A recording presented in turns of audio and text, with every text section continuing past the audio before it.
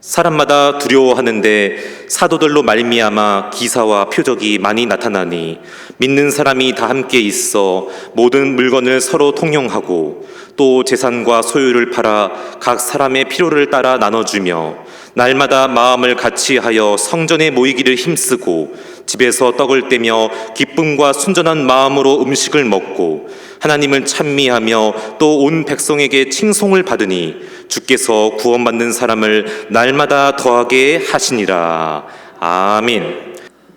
사람은 누구나 기대를 갖고 살아갑니다. 부모는 자녀에 대한 기대가 있고요. 아내는 남편에 대해서 기대를 갖고 남편도 아내에 대해서 기대를 갖습니다. 회사에 가게 되면 사장님은 직원에 대한 기대를 갖게 되고 직원도 사장님에 대한 기대를 갖게 됩니다. 하나님께서 마찬가지입니다. 저와 여러분에 대한 기대를 갖고 살아갑니다. 하나님께 최초 인간인 아담을 지으시고 모든 걸 다 주시면서 하나님께서 이 아담과 하와에 대한 기대가 있으셨습니다. 우리 창세기 1장 28절 말씀 한번 다 같이 읽어볼까요? 창세기 1장 28절 말씀 시작. 하나님이 그들에게 복을 주시며 하나님이 그들에게 이르시되 생육하고 번성하여 땅에 충만하라. 땅을 정복하라. 바다의 물고기와 하늘의 새와 땅에 움직이는 모든 생물을 다스리라 하시니라. 아멘. 땅에 충만하고 땅을 정복하고 생물을 다스리며 살기를 원했습니다. 동물을 우상으로 섬기거나 식물을 섬기거나 또 물질의 노예가 된 걸 원치 아니하시고 너희는 생육하고 번성해서 다 다스리라는 기대가 있었습니다. 하나님 우리를 부를 때도 마찬가지입니다. 기대를 갖고 부르십니다. 아브라함 부를 때 그냥 부른 것이 아니라 믿음의 조상의 기대를 갖고 부르셨고요. 모세를 부르실 때도 민족의 지도자로 기대하며 부르셨습니다. 이사야를 부르실 때도 당신들의 백성을 회개시킨 선교자로 부르셨고 베드로를 부를 때도 사람을 낚는 어부로 또 사도 바울을 부르실 때도 이방인과 열방의 임금들에게 복음을 선포하는 이방인의 사도로 부르심을 받게 했습니다. 예의 없이 저와 여러분 한 분 한 분에게도 기대를 갖고 부르신다고 말씀하십니다. 그러면 하나님께 우리에 대한 기대가 무엇입니까? 하나님 대부분 재능을 가지고 있는 그대로 이렇게 거기에 맞춰서 기대를 거신다는 겁니다. 부모님들이 자녀에게 기대를 갖는데 어떤 조건을 갖고 기대합니까? 그렇지 않습니다. 너는 이번 수능에 390점 맞아라. 너는 의사가 되어라. 변호사가 되어라. 그렇지 않습니다. 이 애에 대해서 기대를 하게 될 때 이 애가 갖고 있는 재능이라든가 능력이 어떤지를 살펴보고 나서 다 거기에 맞게끔 되는 거예요. 이 아이가 어떤 재능을 갖고 있는가, 능력은 과연 무엇을 갖고 있는가, 그걸 보면서 기대한다는 겁니다. 그리고 주변의 평판을 통해서 과거의 경력이라든가 기록을 통해서 서로의 관계를 통해서 기대를 갖게 됩니다. 다시 말하면 상대에 대한 기대가 맞으면 크게 기대를 가질 수도 있고 작게 기대를 가질 수 있어요. 정보가 다르면 헛된 기대를 가질 때가 있습니다.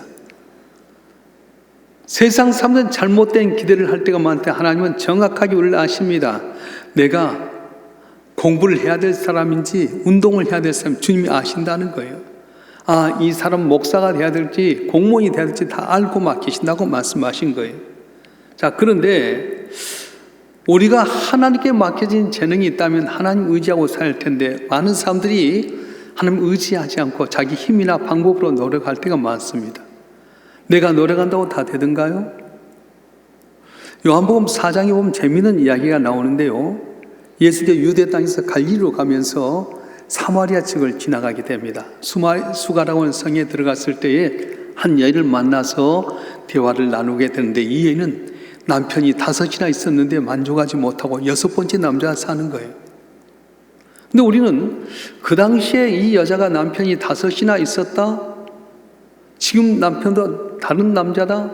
그렇게만 넘어가는데 그 당시 시대적 배경을 보게 되면 여자가 남자를 쉽게 이혼하고 다른 결혼할 수 있겠습니까? 오늘 현대도 여자가 1번 이혼하고 2번, 3번 이혼한다면 참 어려울 텐데 이 여인이 왜 이렇게 5번이나 이혼하고 6번째 남자를 맞이했을까? 여러분 추측을 해볼 수 있는데요. 그 당시에 이제 남자에게 버림받는 여자는 간음했을 때 버림받게 됩니다. 2번째는 남편이 있는데 자식을 낳지 못하고 죽게 되게 되면 이 남편의 대를 잇기 위해서 형이나 동생이 형수나 제수였던 이 아내를 데리고 살면서 자녀를 잊게 만들고 여자로 연약하기 때문에 힘이 되어주기 위해서 계대 결혼법이라는 것이 있었습니다. 또 한 가지 추측해 볼 것은 마구잡이로 살자, 향락을 위해서 창녀처럼 사는 사람도 있었을 거예요. 어찌됐든 간에 이 여인은 남자가 자기에게 힘이 될 것 같아서 이 남자도 골라보고 저 남자도 만나보고 남편을 5이나 만났는데 만족함이 없었습니다. 갈증이 있었습니다. 그래서 이 우물가에 우물을 가지러 길로 오게 되는데 예수님 만나서 이야기하는 가운데 예수님 뭐라고 말씀하십니까?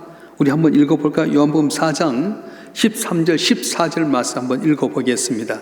요한복음 4장 13절 14절 말씀 시작. 예수께서 대답하여 이르시되 이 물을 마시는 자마다 다시 목마르려니와 내가 주는 물을 마시는 자는 영원히 목마르지 아니하리니 내가 주는 물은 그 속에서 영생하도록 솟아나는 샘물이 되리라. 아멘. 이 남자가 있으면 내 갈증이 해결될 줄 알았더니 아니었습니다. 다른 남자 만나면 내 갈증이 해결될 줄 알았더니 아니었습니다. 무려 남편이 5이나 받고 났음에도 불구하고 6번째도 내 갈증을 해결하지 못했어요. 그런데 내가 주는 물을 먹는 자는 영원히 마르지 않는 생수와 같다. 내가 영원히 마르는 생수와 같다. 그렇게 말했습니다. 그래서 주님 말씀 듣고 나도 보니까 그의 마음속에 메시아에 대한 믿음이 생겼습니다. 아, 이분이 나의 영원한 생수구나. 그래서 그의 기쁨이 있어서 자기를 손가락질하는 많은 사람들에게 가서 와서 보라. 그리스도가 왔다. 그래가지고 많은 사람들이 주님 앞에 오게 된 것이었습니다. 내가 의지하는 가족, 내가 의지하는 남편, 내가 의지하는 물질, 내가 의지하는 내 건강, 이것이 나를 만족시키지 못한다는 거예요. 누구를 통해서 우리 마음에 진정한 기쁨과 행복이 있습니까? 영원히 목마르지 않는 생수인 예수 그리스도로 말미암아서 우리 삶 속에 만족함이 있게 되고 갈증이 해결되는 역사가 일어난다고 말씀하고 있습니다. 할렐루야. 창세기 26장에 보게 되면 이삭이 그랄 땅에 머무르게 됩니다. 가뭄이 와서 애굽 땅 내려가려고 할 때 하나님께서 너 여기 머물러라. 내가 내게 복을 주리라. 그래서 100배의 결실을 맺었어요. 그런데 우리가 잘 되면 남들이 좋아할 것 같지만 절대 그렇지 않습니다. 내가 잘 되면 다 시기하고 질투하듯이 이 블레셋 그랄 땅에 있는 사람들이 이삭을 시기 질투합니다. 그래서 아버지 때 팠던 우물이 메어졌는데 팠어요. 그때 당시 우물이라고 하는 것은 동물이나 사람에게서 필요 불가결한 요소였습니다. 그 우물을 팠는데 우리 땅의 거다고 뺏어버립니다. 또 가서 너리에서 우물을 팠어요. 우리 거다고 쫓아냅니다. 내 나름대로는 먹고 살기 위해서 우물을 팝니다. 건강관리하면 내 삶이 우물이 채워줄 줄 압니다. 물질이 있으면 권력이 있으면 사람 만나면 내 우물이 채워줄 줄 압니다. 그런데도 뺏기게 됐다는 거예요. 내가 몸 관리 잘해도 건강 잃어버릴 때가 있습니다. 내가 사업 잘해도 내 사업이 망할 때도 있게 되고요. 믿었던 사람인데 사람이 뒤통수 맞을 때도 있고 빼앗길 때가 있다는 거예요. 그런데 그래도 낙심하지 않고 주님에 대한 믿음을 갖고 3번째 우물을 팠는데 그 우물을 르호봇이라고 이야기합니다. 르호봇이라는 이름은 하나님이 내 지경을 넓히셨다 말씀하는 거예요. 똑같이 우물을 팠는데 내 힘대로 노력해서 우물을 팠음에도 뺏겨졌는데 하나님에 대한 믿음을 갖고 팠더니 하나님이 내 지경을 넓히셨다. 남들이 침범하지 못하게 하셨다 말씀하십니다. 그래서 가만히 보니까 그랄 땅에 아비멜렉이라든가 오삿이라든가 그 왕과 장군이 와서 너 하나님 복 주신데 우리 화평의 언약을 맺자. 그래서 화평 언약에 맺는 거예요.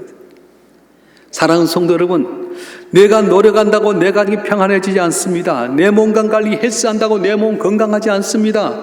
내가 열심히 사람 만나고 사업한다고 사업이 잘 되는 것 아닙니다. 하나님이 도와주셔야지, 하나님이 지켜주셔야지 건강도 빼앗기지 아니하고 가정도 빼앗기지 않고 보게 되는데, 자, 여러분 한 분 한 분이 내 힘 내 뜻대로 아니라 주님 의지해서 삶으로 말미암아 빼앗기지 아니하고 여러분 갈증이 해결된 귀한 은혜가 있어지기를 주의 이름으로 축원합니다. 축원합니다. 주님이 우리에게 원하신 기대는 뭐냐? 내 힘이나 능력으로 사는 것이 아니라 주님 의지하고 살라는 거예요. 오늘 본문의 말씀에 보게 되면 초대교회에 나타난 역사를 이야기해야 되는데, 초대교회는 환경적으로 너무 힘들고 어려웠습니다. 로마의 사람들이 핍박합니다. 예수 믿는 사람 십자가에 달리게 되고요, 직장도 잃어버리게 되고 핍박을 당한 상황이었습니다. 그런데 초대교회는 성령이 임하면서 능력을 받았어요. 변화의 역사가 일어나게 됩니다.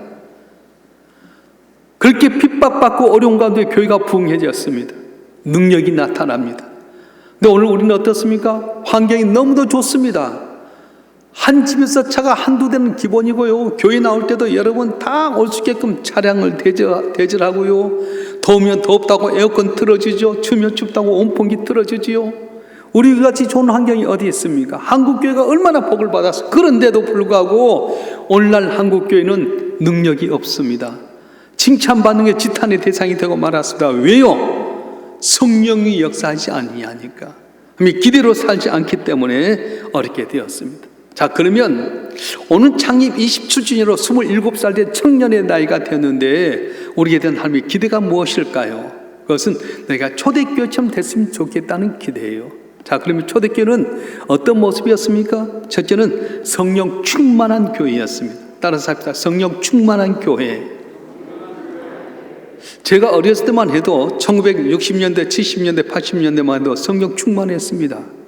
조건 좋았지 않았습니다. 그런데 산에 가서 기도하고요, 금식하고요, 산기도 다니고 기도원 다니고, 그때는 가진 것 없고 힘도 없어도요 성령 충만해서 기쁨이 있었고요, 예수 믿는 사람 하면 알아주었어요. 그런데 지금은 어떻습니까? 좋은 환경 조건이 있는데도 불구하고 능력이 없습니다. 힘이 없어졌습니다. 왜요? 여러분 자신을 진단해 보세요.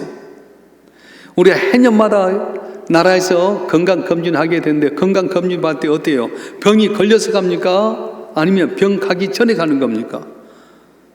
병이 오기 전에 건강검진 하잖아요. 여러분 건강검진 하듯이 한번 해봐요. 여러분 1년 동안에 기도원 가서 한 주 동안 기도해 본 적이 있으세요? 산에 가서 저녁을 지새우며 하나님께 기도해 본 적이 있습니까? 적어도 3일이라도 금식하면서 하나님께 매달린 적이 있습니까? 겉으로 보기에는 신앙생활 잘하고 장로고 집사고 권사고 목사지만은 능력 없는 이유는 뭐냐면은 내가 주 앞에 끼어서 기도하지 아니하고 성령이 내게 임하지 아니하니까 겉은 번드르르한 것 같은데도 불구하고 능력을 잊어버리고 말았다는 거예요. 예수님께서 감난산에서 승천할 때 500명의 사람이 있었습니다. 승천하시고 말씀하십니다. 아버지 약속하실 걸 기다리라. 예루살렘을 떠나지 말고 아버지 약속하실 걸 기다리라. 내가 본대로 내가 다시 오리라. 승천했어요. 죽은 지 살만에 살아시고 40일 동안 함께 계신 예수님이 승천하게 되면 다 그걸 보면서 모여서 기도할 줄 아는데 500명 가운데 380명이 흩어져 버렸어. 내 삶에서 뿔뿔이 흩어져 버렸습니다. 120명만 모아서 마가의 타락극에 기도했더니 그때 불의 혀같이 반응같이 성령이 임하게 되게 됩니다. 그러면서 변화가 되게 된 거예요. 성령이 임하면 어떻습니까? 변화가 됩니다. 어떻게 해요? 두려움이 있어 담대함이 되게 되고요, 두려움이 없어집니다. 그리고 그들 가운데서 능력이 나타나게 됩니다. 그들이 나가서 말씀을 전했더니 3,000명, 5,000명이 회개되고요, 앉은 병이가 일어나게 되고 죽는 사람이 일어나는 역사가 있었습니다. 우리가 한 30년 전만 해도 얼마나 기적이 많이 일어났어요. 병도 많이 낫게 되고요, 불가능한 기적이 있었지 않습니까? 그런데 어찌해서 지금은 기적이 일어나지 않습니까? 성령을 받지 못해서, 성령 충만함이 없고 그냥 불은 살아있기인데 나 혼자 타기도 어려울 정도 있기 때문에 어렵습니다. 성령님이 우리를 깨닫게 만드십니다. 갈 길을 밝히 보여주십니다. 사도 바울이 아시아로 가기를 원해서 기도하는데 길 막혀졌습니다. 하나님 웬일입니까? 내 일 위해서가 아니라 한 영광 위해서 살아가는데 왜 길 막혀지는 겁니까? 환상 가운데 마귀의 사람이 손짓하는 걸 통해 방향을 바꿨더니 바로 이 유럽에서 복음 전에 사람을 준비하고 나서요, 복음이 흥하는 역사가 일어났어요. 오늘날 정보의 홍수 속에 살아갑니다. 유튜브를 보거나 인터넷을 보기에는 얼마나 많은 정보가 있습니까? 주식에 대한 정보도 많은데 주식 때문에 부자 됐다는 사람 별로 없습니다. 부동산에 대한 정보가 얼마나 많이 있습니까? 근데 부동산 때문에 잘 됐다는 사람 별로 없습니다. 된 것 같으면 다 폭락하잖아요. 오늘 아침에 인터넷에서 보니까 앞으로 8년 동안 집값이 40%가 더 빠진대. 이것도 진짜인지 아닌지 몰라요. 유튜브도요, 한쪽만 듣지 마세요. AI라고 이 인간의 인공지능이 있는데 여러분 유튜브를 보게 되면 그쪽 화면 나온 거예요. 보수를 보면 보수 쪽만 이야기 나오고요. 진보하면 진보만 나오게 되고 부동산만 나오게 되는 거예요. 근데 거기가 길이 있습니까? 전혀 없습니다. 그런데 성령이 우리 가운데 임하면 지혜를 주시고 갈 길을 보여주셔서 더디강 같지만 먼저 되는 역사가 일어난다고 말씀하셨어요. 성령이 우리 능력의 온천입니다. 그래서 성령이 임하면 어떻게 하냐? 전심으로 마음을 모아서 기도하기 때 성령이 임하게 되는데, 이 코로나 팬데믹 가운데 우리 성도들 한 분 한 분이 내 개인의 생각이나 감정이나 자존심 갖고 사는 것이 아니라 주 앞에 모여서 전심으로 기도하는데 성령 충만해서 하나님 앞에 능력을 행하고 기적을 행하고 종기 쓰임많은 기대에 맞는 여러분이 되었으면 참 좋겠습니다. 좋겠습니다. 초대교회는 어떤 교회였습니까? 오늘 본문의 말씀에 보니까 모이기에 힘쓰는 교회였던 걸 보게 됩니다. 오늘 본문 사도행전 2장 46절 말씀 한번 읽어보겠습니다. 사도행전 2장 46절 말씀 시작. 날마다 마음을 같이하여 성전에 모이기를 힘쓰고 집에서 떡을 떼며 기쁨과 순전한 마음으로 음식을 먹고, 여기 잘 보세요. 날마다 마음을 같이하여 성전에 모이기를 힘쓰고 이렇게 되어 있어요. 코로나 팬데믹 때문에 우리는 그동안 한 2년 6, 7개월 동안에요 교회 모이지 못했습니다. 처음에는 교회 모이지 못할 때 이래서 되느냐, 우리는 예배를 해서 목숨 걸었다 그렇게 했지만은 어느 순간 유튜브를 보고 동영상 보면서 집에서 예배 드리는 거 좋아해 버렸어요. 교인들의 40% 이상이 다 그렇게 빠졌답니다.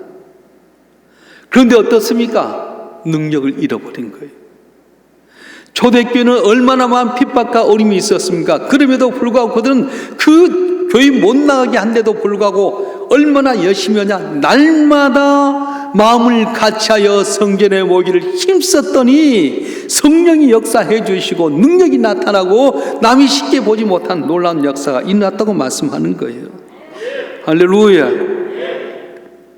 어떤 분은 인간적인 면에서 이렇게 바쁜 세상에 뭐 새벽기도 나오고 저녁예배 나오고 철회하고 온 가족 새벽기도 하냐 그럴지 모르겠어요. 근데 여러분 그건 착각이에요. 한 번만 모이면 다 모일 것 같죠? 그렇지 않습니다. 서구 교회나 미국 교회를 가서 보면요, 교회는 크지만은 그들은 새벽기도 없습니다. 수요예배 없습니다. 철학기도 없고 온 가족 새벽기도 없습니다. 그래서 주일날 딱 모이면 8시나 9시에 모이는데 딱 다 모입니까? 천만에 왔습니다. 점차 쇠퇴하는 거예요. 근데 한국 교회는 미국 교회를 빌렸었습니다.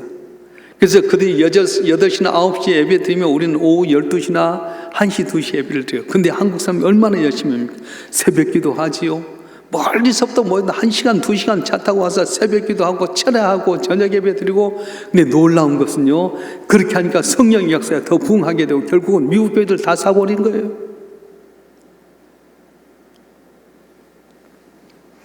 초대교회는 날마다 마음을 같이하여 성전에 모이기를 힘쓰는 교회였습니다. 여기에 은혜가 있었고 기도 응답이 있었고 하나님의 기적과 능력이 임했던 것입니다.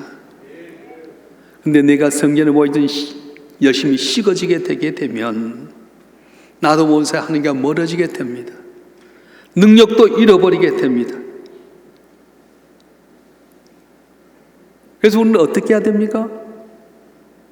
성전에 모이기를 피하는 사람처럼 그렇게 하지 말고 날마다 마음을 같이 해서 성전에 모이기를 힘쓰게 되게 될 때에 내 삶 속에 첫사랑이 회복되게 되고 성령의 능력이 임하게 되고 주의 기적이 나타나게 되는데, 창립 20주년을 맞이하면서 우리가 다시 한번 결단했으면 좋겠습니다.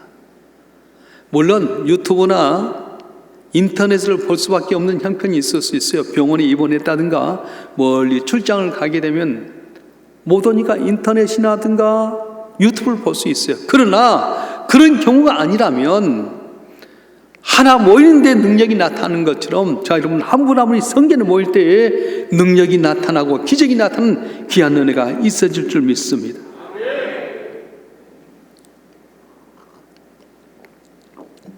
유명한 부흥사인 무디 목사님이 자기 교회를 나오는 아주 유력한 재산을 갖고 있는데 1년에 한두 번 나온 분을 찾아갔어요. 성도님, 교회를 자주 모였으면 좋겠습니다. 그랬더니 목사님, 나 신앙생활 잘하고 있는데 꼭 교회 가야 됩니까? 나 집에서 잘 드릴 수 있습니다. 아, 그래요? 마치 보니까 벽난로에 이렇게 검정 숯한을 갖고 불을 떼고 있었는데 거기 있는 숯 하나를 이글이글 타고 있는 숯 하나를 찌개로 가지고 이 바닥에 내려놓았어요. 얼마 있다 보니까 이 이글이글 차던 숯덩어리가 딱 불이 꺼지고 돌덩이로 변해버린 거예요. 그래서 이야기하는 겁니다. 보십시오. 아무리 열심히 있고 신앙이 좋아도 함께 뭉쳐있을 때 이글이글 타는 거지 거기서 벗어나면 숯탄에 식어버린 숯탄에 불과합니다. 신앙생활도 마찬가지입니다. 우리가 함께 모일 때 주의 성령이 임하게 되고 능력이 임하게 되고 기쁨이 충만하게 되는데 혼자는 안 됩니다. 그렇게 했다는 거예요. 이제는 핑계대지 마십시다. 코로나 팬데믹, 독감 그 핑계대지 마십시다. 어떤 여건이 있어도 핍박하고 죽이고 했음에도 불구하고 매일같이 성전에 모여서 섬겼던 초대교회 능력이 나타나고 부흥이 있었던 것처럼 이제 저와 여러분 한 분 한 분이 핑계대지 마시고 날마다 성전에 모여서 주님 의지하고 나가게 될 때에 약속을 지킨 하나님께 놀라운 기적으로 복을 내려 주실 줄 믿습니다. 주실 줄 믿습니다. 초대교회 특징이 뭐냐면 성령 충만했고요, 날마다 모이기 힘쓰는 교회였는데 칭송받는 교회였다는 거예요. 어느 글에 보니까 이렇게 나오더라고요. 미국 캘리포니아에 삼나무 숲이 있습니다. 이 보통 나무가 한 20m 정도, 10m, 20m 정도 크는데 여기는 삼나무는 130m까지 크게 됐다는 거예요. 어떻게 그렇게 되느냐? 삼나무는 뿌리 깊게 내리지 못하고 옆으로 퍼지게 되는데요. 이 삼나무들이 여러 가지 옆에 있다 보니까 서로 옆으로 뿌리가 뻗어져 가지고 얽히고 설키다 보니까 비바람이 불고 태풍이 불어 넘어지지 않는다는 거예요. 뿌리가 서로 연결됐어요. 그러다 보니까 이 삼나무가 130m까지 크게 됐다는 겁니다.